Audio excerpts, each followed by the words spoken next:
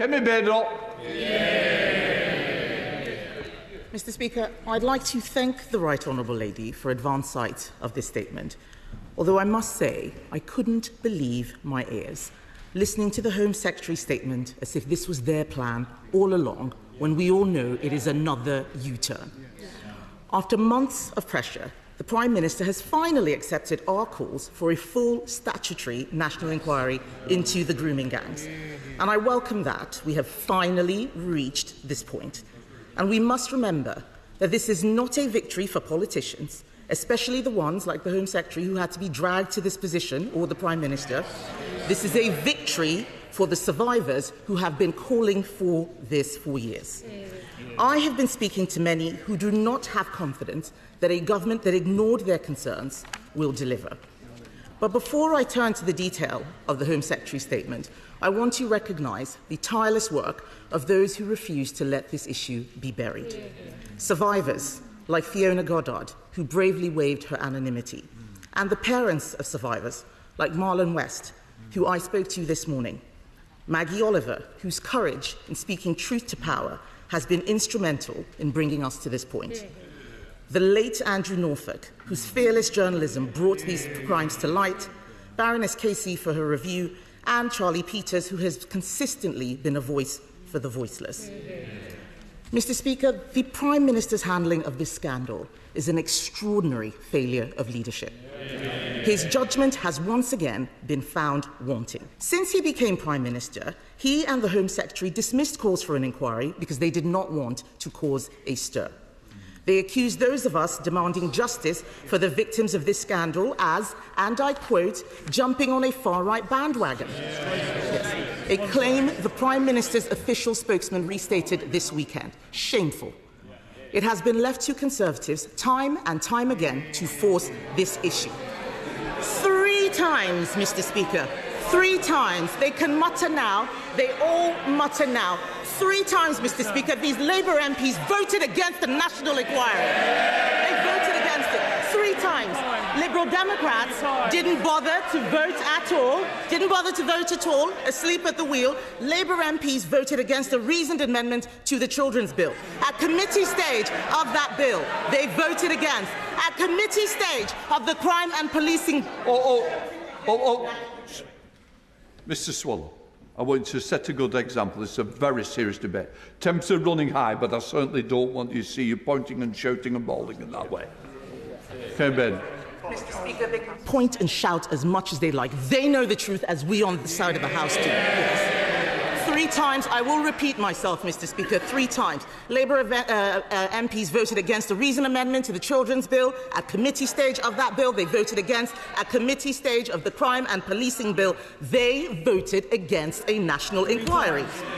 And at Prime Minister's questions, the Prime Minister repeatedly ruled out a national inquiry to the chairs of all of these Labour MPs who are now pretending this is what they believed all along. And no doubt, the Home Secretary, in her response to me, will try and claim that the previous government did nothing. Yes, yes. A wholly false assertion that she should not repeat today. The Conservative government took extensive action, starting with the original J report, commissioned in 2014 by the then Home Secretary Theresa May. A year later, she commissioned the independent investigation into child sexual abuse, and Sajid Javid commissioned ethnicity data collection in 2018. So it is wrong, as the Home Secretary said, to claim that ethnicity data collection had not been done, and I will remind her that the Foreign Secretary criticised Sajid Javid at the time, said he was bringing the Office of Home Secretary into disrepute and said he was pandering to the far right for doing exactly what she says she's doing now. They should be ashamed of themselves. We accepted all the recommendations of that previous child sexual inquiry of 2022, except the one to have a new cabinet minister, which would not have made any difference at all to the victims of this scandal. The Home Secretary claimed that the recommendations sat on the shelf. Let me be clear, Mr. Speaker. We went further than those recommendations. It was the Conservatives who established the Grooming Gangs Task Force, which supported police forces to make 807 arrests for group-based child sexual exploitation last year. So don't tell me we did nothing. It is vital, Mr. Speaker, that this inquiry is robust, swift, and above all, independent.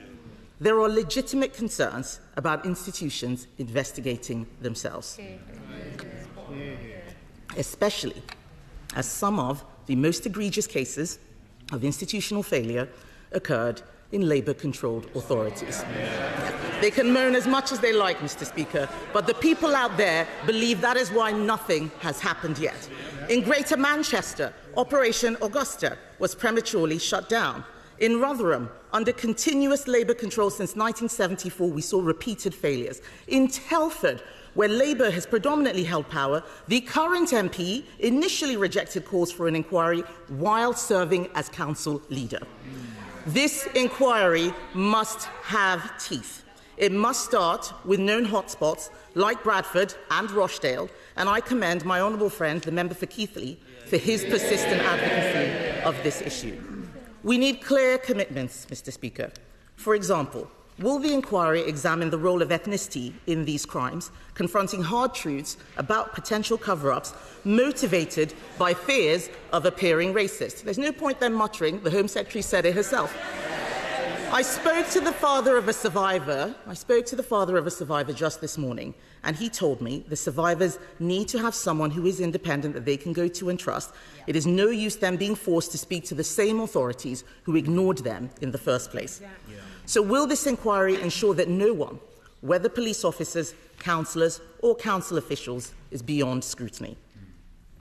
The government's approach to the Casey review itself raises serious concerns. While the review's findings are crucial, we as legislators are sent here to make decisions, not to outsource the difficult ones.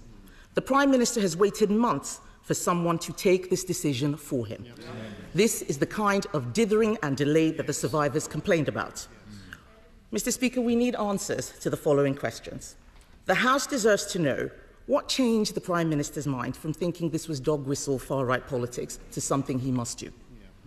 When exactly did Baroness Casey submit her findings to Downing Street, and did the government request any changes to her report? Does she agree that anyone in authority who deliberately covered up these disgusting crimes should be prosecuted for misconduct in public office, and those prosecutions should happen alongside, not after, the inquiry? Because we believe that anyone in the police, local authorities, social services, or even the CPS who covered this up because they cared more about so-called community relations than about protecting vulnerable girls as young as 10 years old should be pursued. And we welcome her comments about perpetrators not being able to make asylum claims. I will remind the Home Secretary that we put forward an amendment in the Borders Bill, and she and all her colleagues voted against that very measure. So does she now agree that perpetrators should also not be able to make human rights claims to avoid deportation, and will she legislate to do that? Will the inquiry be concluded within 2 years, and will every one of the 50 towns affected be covered, including Bradford, which is still refusing to conduct an inquiry into this? And will those local inquiries have the power to summon witnesses, or is that power only for the national inquiry? And most critically, we need a clear timeline for conclusions and actions. The victims cannot wait another decade for justice. We should be able to do this in 2 years. And finally, Mr. Speaker, we didn't need to commission a report to tell us what we already knew. So will she apologise on behalf of herself, the Labour Party and the Prime Minister for wasting so much time and voting against this, dismissing the concerns of the survivors? The House, the British public, and most importantly, the many brave survivors deserve clear answers from a government of dithering and delay. What was the answer you gave the Telford survivors? I have to say to the Leader of the Opposition, I don't think she can have read this report and the seriousness of its conclusions, because it sets out a timeline of failure from 2009 to 2025. Repeated reports and recommendations that were not acted on child protection, on police investigations, on ethnicity data, on data sharing, on support for for victims. For 14 of those 16 years, her party was in government, including years when she was the Minister for Children and Families, then the Minister for Equalities, covering race and ethnicity issues and violence against women and girls. And I didn't hear her raise any of these issues until January of this year. She will know the Prime Minister didn't just raise them, he acted on them, bringing the first prosecutions against grooming gangs, calling for action to address ethnicity issues in 2012. And she will know that the Safeguarding Minister and I have raised these issues repeatedly. She referred to the Professor Alexis J. independent inquiry into child sexual abuse. I called for and strongly supported that inquiry, and also on a cross-party basis. We wanted that inquiry to work and supported its conclusions. But her party did absolutely nothing to implement those conclusions. Time and again, recommendations just sitting on the shelf. And it has taken this government now to bring forward the mandatory duty to report. And she says that we should ensure that people who have engaged in cover-ups should be prosecuted. I agree, and that is why this party is changing the law to make that possible, so that cover-ups cannot happen and so that people are held to account.